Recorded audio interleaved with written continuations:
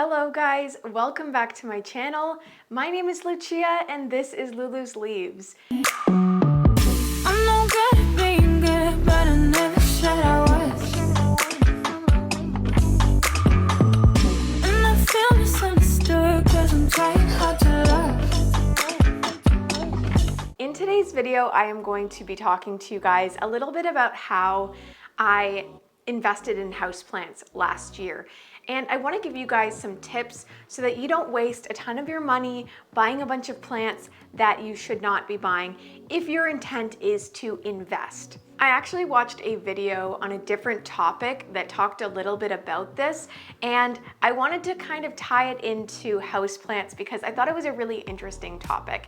And I know that a lot of you out there are still interested in investing in houseplants, and I want to talk to you guys about if that's viable in 2022 or if you should be spending your money elsewhere. And obviously, take everything I say with a grain of salt because you can do whatever you want with your money.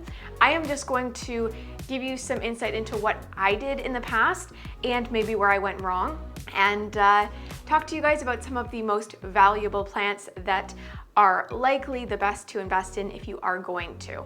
So, with all of that being said, I do want to just chat a little bit before we get into the video. It feels like it's been so long since I just sat down and filmed a video for you guys. Obviously, I've done a couple vlogs here and there, but it's been a while since I've done a sit-down video. And I'm really excited to be able to do this for you guys today. And I hope you guys do enjoy it because I know a lot of my content has been a little bit similar lately, just a lot of vlogs, but I also know that you guys enjoy that too. So let me know if you do enjoy this video today by giving it a thumbs up. And also, if you don't want to miss out on any future content, don't forget to subscribe to my channel. With that being said, let's just hop straight into today's video. So the million-dollar question is, what should I be investing in? How should I spend my money in a smart way? And if I'm going to be honest, right off the bat, I personally do not think investing in plants is the best way to spend your money. Plants are living things, and it's really easy for something to go wrong and for that plant to no longer be living, just to put it frankly. I've had lots of plants that I spent quite a bit of money on go downhill very quickly. And if you're thinking of that purchase as an investment, you could set yourself up for a huge loss. And that's definitely not something that you want to take on. Obviously, there are risks with anything. Buying some plant because it's popular one day is not a sure way to make money because it might not be popular literally the next day. There's always going to be that risk, but again, with plants being living things, there's also the risk of them dying. Taking care of your plants well is a really great way to negate some of that risk, but just keep in mind that when you are investing in plants, it isn't a sure thing. You could definitely lose your money the next day if that plant decides to die, or if you find, let's say, thrips on it and you don't want to deal with that. There are a lot of things that can go wrong with a plant, a living thing. There's definitely another thing that I want to talk about because it's something that I experienced when I started out in houseplants, and I don't want you guys to go through the same thing. I said this in one of my videos maybe a while back, but it's definitely something that I want to, hi Lumi, it's definitely something that I want to discuss again. I know firsthand that when you buy a plant and you take it home, if you love it, it's really hard to cut it up. So you may be a little bit reluctant there, but the main topic, I'm getting a little bit sidetracked, that I want to talk about is buy what you love and invest in what you love. Because if you buy a plant just for the hype, the likelihood of you not taking care of it very well because you're not actually a huge fan of that plant is quite high. I have been in that situation many times. I will be at a nursery and there will be a plant that's super popular and I'm like, wow, I can't believe it's here. I have to get it because, you know, this isn't a plant that people come by often, but it's not a plant that I love either. Yeah, we've all been there. I definitely recommend looking at yourself, looking at the plant and thinking, do I love this plant? Am I going to take good care of this plant? Because that's really what it comes down to. If you're not going to be able to care for the plant well because you don't care about it, you're not going to be able to invest in that plant or sell any cuttings or sell the plant because it's going to be in terrible condition. And then again, back to my previous point, it's really hard to sell plants once you have them in your home, even if you're not so obsessed with them. You find a place for them and you forget about it. So my number one tip, if you are going to be investing in houseplants, is to buy things that you love. And if you happen to be able to take a cutting of it because it's thriving because you're taking good care of it, then you can make some money. But I really, again, do not suggest buying a plant solely for the purpose of selling it or flipping it. It may have been a thing, but right now in the plant market that is 2022, I don't suggest it. I don't think there's a market for flipping plants like there was during the midst of the pandemic.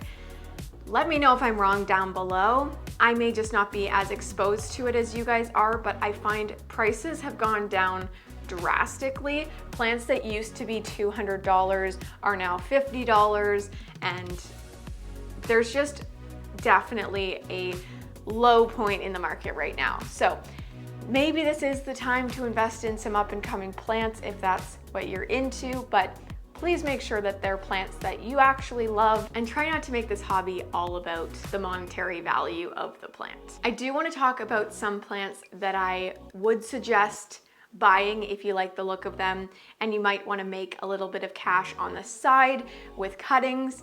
They are fast growing plants and they're also easily propagated. The first of the couple plants that I want to talk about is the philodendron strawberry shake. I have a philodendron strawberry shake and I really, really love the plant. Mine is personally pretty small right now, but I do see myself maybe selling a cutting here or there down the line because I know that this plant has held its value for quite a while now. And while it has dropped a little bit with the flow of the market, whatever you want to call it, it has stayed pretty steady. This is a plant though that I bought for myself, and it just so happens that I might be able to make a little bit of cash on the side from this plant. That is the way, again, that you should think about this.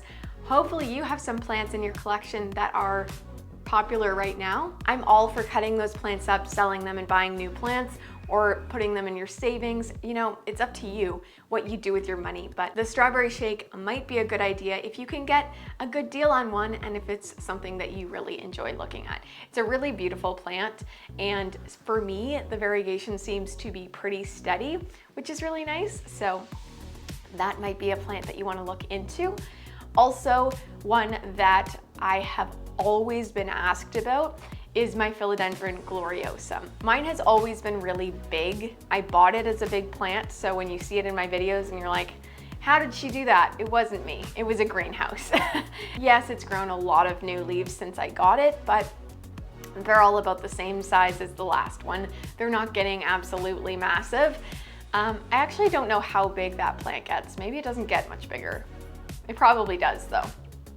Anyways, that is an easily propagated plant because it's a crawler. It's really easy to just chop each of the nodes, and usually if they are growing on the top of the soil as they should be, they do start growing roots in, so you shouldn't have to reroot the plant.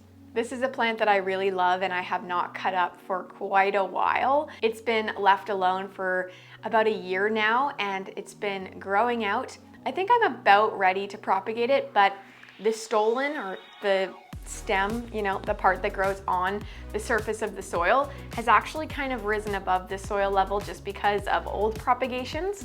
So I do actually have to go ahead and air layer the plant so that it does grow some roots, because I don't suggest cutting those plants without roots. It's just a harder plant to root. But yeah, I've been asked so many times about that plant and if I'm willing to cut it. So I could say that's a pretty safe investment plant, and they do grow pretty quickly if you give them the right conditions. The last plant that I want to talk about is actually one that I'm selling right now. And if you're interested in it at all, let me know on Instagram. It is a pricier plant, which is kind of why it's a good reason to invest in one. But the thing is, these are plants that you typically have to come across organically. in a random shop that doesn't know what they have. It's not going to be worth it for you to invest in a full-priced sport variegated monstera. The best way to do it is to hunt for them in your local nurseries. If they have a ton of monsteras, eventually you should find one.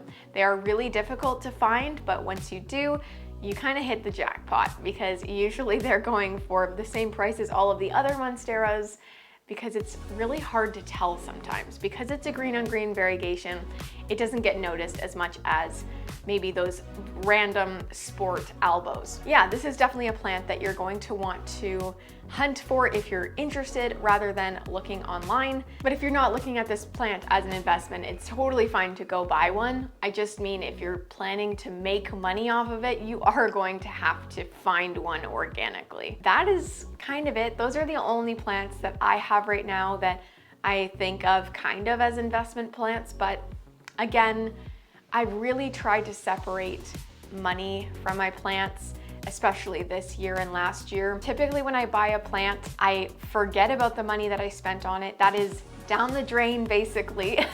And if that plant lives, fantastic. If it dies, I already assumed that risk. So that's kind of where I'm at, and I hope this video was helpful. I just don't want you guys to make the same mistakes that I did, and I don't want you to be led to think that investing in plants, especially in 2022, is a great idea, because I personally do not think it is. But these were just some tips for you guys if you decide you want to anyways. So yeah, that is it for today's video. I hope you guys really enjoyed it. Let me know if you did, again, by giving this video a thumbs up and subscribing down below. That is going to be all, guys. Thank you so much for watching, and I will see you in the next one. Bye.